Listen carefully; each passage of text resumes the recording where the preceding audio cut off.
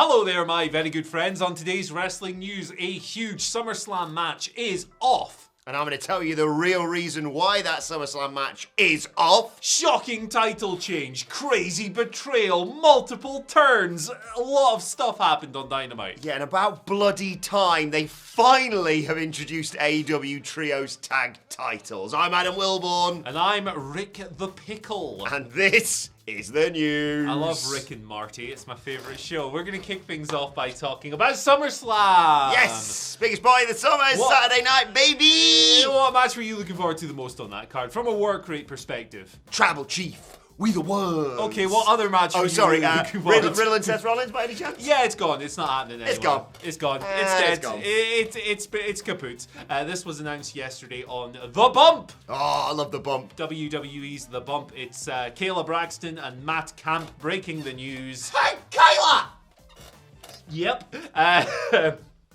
I'll read the tweet because it's got the exact wording of this, and I don't know what the injury really is, but it does explain it. Rollins injured Matt Riddle with a vicious attack on Raw that resulted in a brachial plexus injury. Brackets, for idiots like me, a stinger. Oh. Riddle is medically disqualified until full strength returns. Oh, no. Due to this injury, Riddle versus Rollins at SummerSlam has been postponed, and now... You know, WWE announcing an injury, you take that at face value every single time. I'm just really worried at this stage about the health of Matt Riddle and you know, hope he's not out for too long. Yeah, man, I hope this really doesn't impact his long-term career in WWE. It's if I had a heart, it would be broken for him right now. Yeah, we're using the WWE serious voice thing here because of Riddle's injury. We obviously wish him well in his recovery, and we'll keep you posted on any development. Shall I move on to my first story, Andy? Yeah, that injury's a load of bollocks. Yeah, it's not true. Don't worry about it. Riddle's fine. Fightful Select reporting once again, no poop, just scoops from No Grab, Just Sap. It's not catching on, is it? I hope Sean isn't watching these. It's got me in it, so he definitely won't. He's got better things to do, hasn't he? But apparently, the real reason this whole thing is being cancelled, the match that is because they've decided to move it to a different show. A creative adjustment is the terminology they've used. Apparently, the plan is to now put Riddle and Rollins at Clash at the Castle on the 3rd of September. So we're going to see it live. Not all rubber stamp, but we will be there. And let's be honest, it's going to be one of the highlights of the weekend. After Clash near the Castle, more tickets on sale for that on Friday and tomorrow. A big announcement as well, if Adam Cleary remembers to send me all the details. He's off work until Monday, so maybe we'll just make up our own announcement. But yes, Riddle Rollins, basically, no need to be concerned about Riddle's injury, because it's just a reason to move this to a bit of a later date.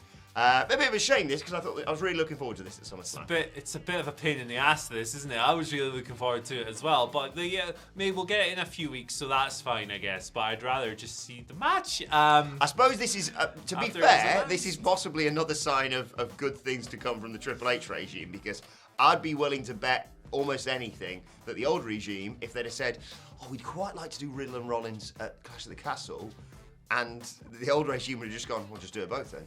Just do it both and have one of them have a DQ or something. Double or up, baby. Count out or something. Yeah. So, you know what? I'm not great. It's not ideal that they've gone, buy your SummerSlam tickets, they're going to be on this show, and then go, psych, subject to change. But I'd rather that than just a 20-minute match with no end result. I'd rather have a 20-minute match with no end result, to be honest. I know that's not good booking, or not really what we want to see, but this is bad practice. Advertising a match, getting people hyped for it, and then just going, by the way, the card is subject to change. We're going to completely change that and kind of betray your trust. I think that's bad businessmanship. Yeah, I can see where you're coming from. And I don't agree with this practice at all. Yes, we're going to see it eventually, but maybe don't advertise it for SummerSlam. And it was one of the few matches on that card that wasn't a version of a rematch. Yeah, I don't like it when people do that, when wrestling promotions do this. So, hey, don't do this. I personally, the most important opinion in the world, don't like this. And that means you should bow to everything I say, because I'm a genius. Do you think, I saw some people suggesting on Twitter last night that they should put Rollins into the main event. I don't think that works. Does it just muddies the waters? I realise that people may not want to see Brock Roman again. You could do but you can't really do a 3-man last man standing match, and now you've gone all in on this. I don't like that. I also saw someone saying, maybe Trips will wrestle him. I was like, what? He's just come back. He had a cardiac event. dies. He almost died 10 months ago. Yeah. What's wrong with people? That's not what's going to happen, I don't think. Maybe they'll do a mystery opponent or something. That'd be cool. That'd be cool. Jeff Jarrett. Double J. Sod it, he's already working twice that weekend. Yeah, why not? Because like Seth tweeted something like, "Hey, I've got it here. For those who haven't seen me in action, I apologize. Did everything I could. Yada yada yada. Thank you. Blah blah blah." And Triple H quote tweeted saying, "I hear you." So maybe there's something going on there. Speculate away. It'll be fun. Cool. Yeah. Yes. Yes. I don't know what they're going to do. Maybe we're recording a SummerSlam preview podcast later on today.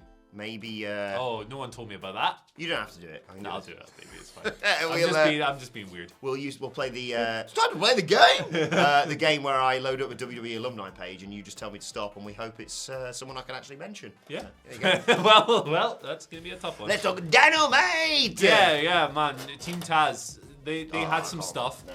Some things happened. It occurred. What, the bad take hat? It's not a bad take. That's me just paying my condolences showing your to respect. Ricky Starks. Yeah, this was a. I did Heartbreaking. kind of saw some of it coming, but not in the way it did. So Not basically, not all of it in one go. no, not all at once. Ricky Starks defeated Danhausen. He kicked his ass. It was like a minute. There was some spots that Danhausen rolled him into a pinfall attempt, but he was never winning. He lost in a minute or whatever by spear. Ricky successfully defended. He got on the microphone. He said, "Hey, open challenge. This time it's for real. I'm actually going to do it." Hook came out. Wild this. Hook came out. Big pop, all that. And they did a quick little burst of a match, similar in length. Hook is the new FTW World Champion. He defeated Ricky in quick-fire fashion. It was really well done across the board. Afterwards, they fist bumped. Show of respect. Ricky was dejected, but clearly, coming off of that, there's no real issue between Ricky and Hook. Hook stepped up. It's competitive. It's whatever. That happened. Hook went away. Ricky Starks in the ring. Tony Schiavone, great promo, great babyface fire. This in itself felt like a babyface turn, but if that didn't feel like a turn for Ricky, what happened next almost certainly was. Powerhouse Hobbs clobbered him, put him down with a power slam, turned on his tag team partner. Taz was aghast in the commentary booth. "Oh no, Will, what have you done?" He called him Will and everything. Powerhouse Hobbs turning on Ricky Starks. Ricky Starks seemingly turning babyface. Team Taz's future up in the air. But Hook didn't come down to rescue Ricky, which is interesting. But at the same time, they did fist bump and all of that. Yeah. So I wonder how this is going to be going forward. Nonetheless, I think Ricky Starks is brimming with immense babyface potential. I would have liked a little bit more of him and Hobbs, admittedly, but I think this will be great as well. Yeah, the teasers have been there for those paying attention, especially Sige pointed out something I think on the road to when Starks was cutting one of his many immense promos to lead into the show. I hate-loved this, if you know what I mean. Hate-loved. I thought it was absolutely exceptional, everything. We got worked, basically. From the title defense to the submission to give the title to the fist bump to like, okay, so Hook's not like a bad guy for doing this. It's just, honor amongst thieves sort of thing. And then the promo, surprise, surprise, Ricky Starks is really good. Yep. And then, Will, how could you, mate? Hobbs, man. Thought you were a good guy. Hobbs. Power. But great stuff. I'm still great episode of Dynamite. We've said all this in the office this morning. My review is going to be tremendous. Yes, you can check it out on WhatCulture.com. Andy Murray writing ups and downs, and then recording a podcast with me chatting all about it. WhatCulture Wrestling, wherever you get your podcast from. Another big thing coming from last night's Dynamite is we are finally, after 20 other titles have been introduced, we are finally getting AEW Trios Tag titles. They were there on the desk in front and they announced that the first Crampions? Crampions? That's right, that's what they're going to be called. They can't be champions. That's the one thing. We can't have tag team trios champions. They've got to be tag team trios Crampions. Are those not what you used to go up a mountain in the snow? You put them on your shoes. My dad wore them when he went up Mont Blanc. Oh, wow. Bonjour. The chief? Yep. Anyway, the first champions for these trios titles are going to be crowned at All Out. There's going to be a tourney. Love me a tourney. Tony loves a tourney. Yeah. Doesn't he? He loves them. No other details revealed. Coming soon. But, I mean, Andy, in the write-up of this, and I'm sure you guys at home can probably think of at least 10 teams. Yeah. Like, they ain't going to be like, oh, bollocks, you and you are just stood together. You're a trios team. Blackpool Combat Club, Jericho Appreciation Society, Death Triangle, the Elite, like the Young Bucks and Kenny Omega or something. The Undisputed Elite. The former Undisputed Era, if they are all right. I think they said they're going to return next week. So Dark Order. Okay. Dark Order. House of Black.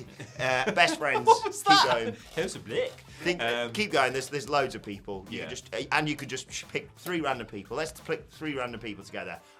Luther. Miro. And Miro and Luther and Jim Ross. There you go. They are. That's the team. Long time in the works. We've done about 20 different segments on this new show about these titles. Happy to have them here. I know the pandemic held them up at first. I know that Tony wanted to wait for Kenny Omega to be healthy. Is this a sign that maybe Kenny is getting there? I'm not sure. We'll find out. That adds to the excitement. Enjoyed the backstage segment with the Young Bucks and Hangman teasing something last night as well. So hey, it's finally here. Listen, I know the tournament format is there's one every other month or whatever, but I'm just glad these belts are finally here. Yes. Yeah. It's about goddamn time. Right, let's move on to your Twitter questions. At WhatCulture WWE, of course, you want to get in touch with us. Michael starts us off. Do you think TK is trying to slowly turn Rampage into a Ring of Honor show? Ooh, interesting. I don't think so. I think it's just a convenient place for him to put the Ring of Honor stuff just now because it's not necessarily spotlighting it on the biggest show. He doesn't have to take up Dynamite time. That's probably how he sees it because Ring of Honor is ultimately going to be a secondary brand to this whole thing. I think that Rampage will continue in its current format for as long as it has a TV deal. Yeah, I think you're right. But it does make sense, like you say. Ring of Honor hasn't got a TV deal, and Rampage hasn't got any viewers. So, it might make sense to put the two things together. It's on at 10 p.m. I've got much better things to do at 10 p.m. than sit and watch pro wrestling, But yes, nice to see Ring of Honor get a bit more exposure because it did feel sometimes a little bit like an afterthought. But you also want to keep it in the conversation because Claudio Castagnoli's your world champion. He looks so bloody happy with himself. Very good, Saw that little video he posted. Great stuff. Travis Zachary gives us our second question of the day.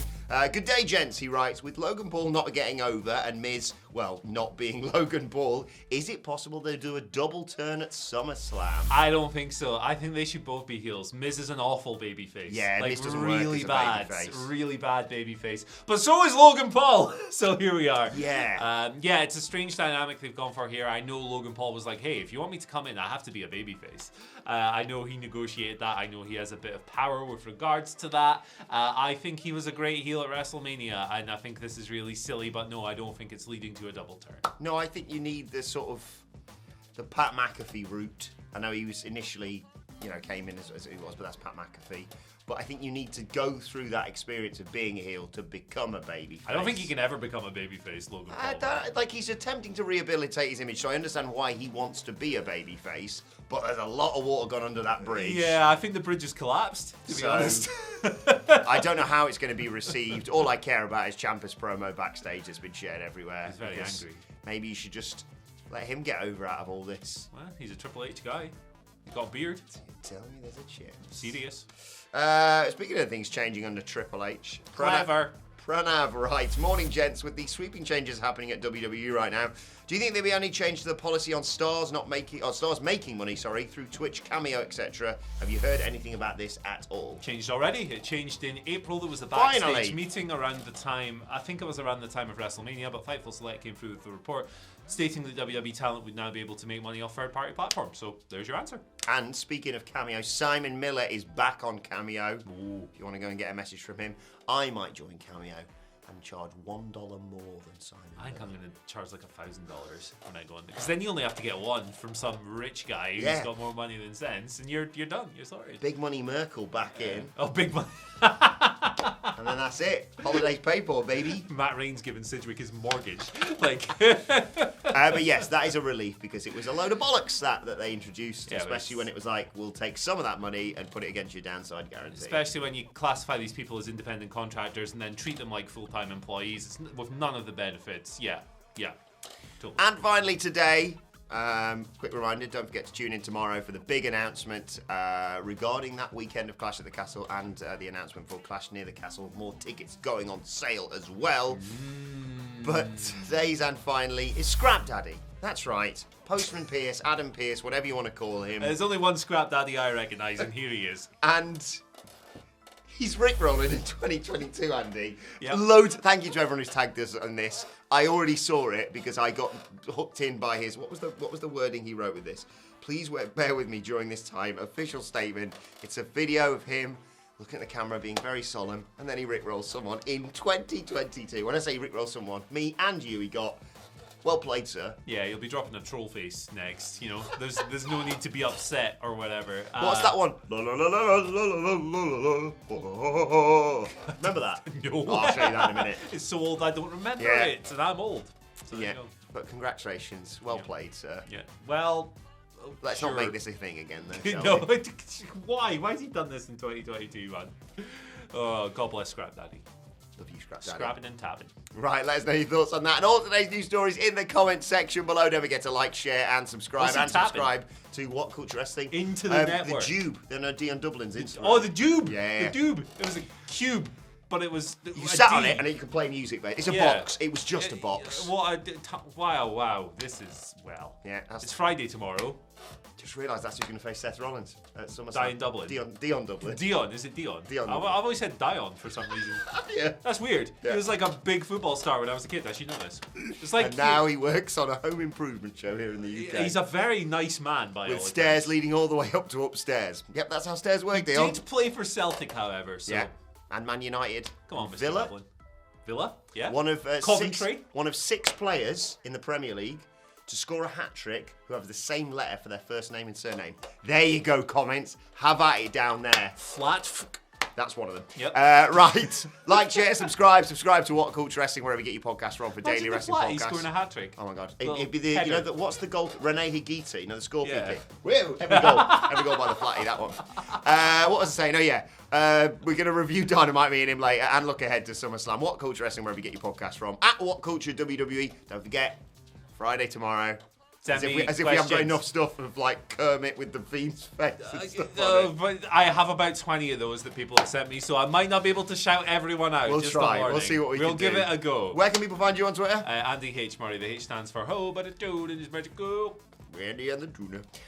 Follow me on Twitter at Adam Wilborn. Follow us all at What Culture WWE. But for now, my thanks to Andy, to Scrap Daddy, for you for watching, and we'll see you soon.